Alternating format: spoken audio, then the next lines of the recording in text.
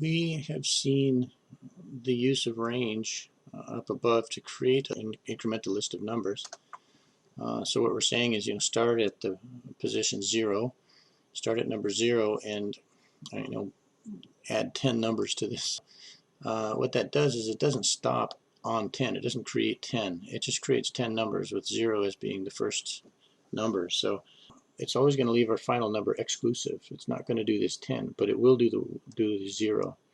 So in these function calls, the first parameter is inclusive, the second parameter is exclusive. It's important to remember that. Now, what we're saying here is that this range function is often used to generate iterator loop parameters. What do we mean by that? We're going to create 5 numbers here, from 5 to 9, which is 5 numbers, because 5 is inclusive, and then we're going to print those out. So this is going to run 5 times, and that's why we've created this, is because we were telling it, to run 5 times. We just run this, and you'll see that it loops through there, and it just prints that number out 5 times. The point here is that we created this list, and we assigned it to a variable, and then we can grab that variable, and we can loop 5 times because we have 5 items in the list.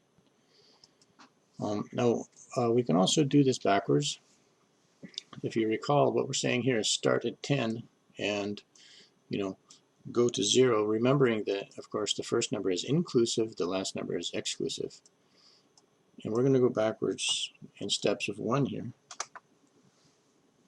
And you see the first number is inclusive, but the 0 is exclusive. There is no 0 here. And we can also, we can iterate backwards over this. And if we just run this block down here, change this back to a 1, it's just going to go 10 bottles of beer, 9 bottles of beer, 8 bottles of beer, like that.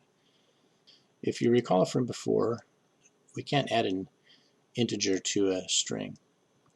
And so before we concatenate these two together, we actually have to convert this integer to a string. So that's what we've done here. And then this is actually now a string value, although out here it's not. This is an integer value. So that's another point to look at. So we just wanted you to see us actually creating some iterator parameters using this range function, because it's you'll see this very commonly in Python. All right, so what about adding and removing list elements? Now, we've seen this append function before, and we recall that what that's going to do is just add a 27 to the end of our iterator list. Here's our iterator loop. It ends with a 1, so we should get a 27 after that 1. See there? So what is this here, though, this insert? Well, that also adds a member to our list, but it adds a member not by putting it on the end, but based on the index. So let's see what happens here. We're going to insert cat into here someplace. There it is. 10, 9, cat, 8. So we didn't replace anything. We just said, okay, go to where index 2 would be. Right? Index 2 was here. Now down here it's index 3. Go to where index 2 would be and insert a new item in there.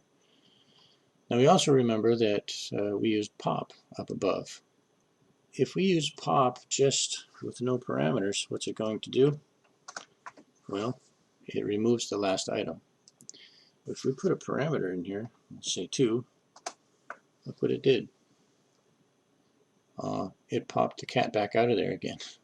So we can use pop with an index. But we can also use remove. If we use remove, we want to identify the specific value that we want to remove.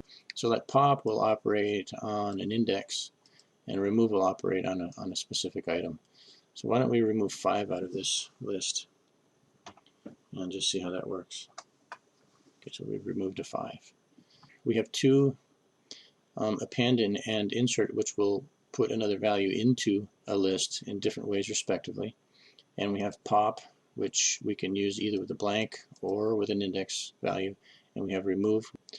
That'll remove a specific item.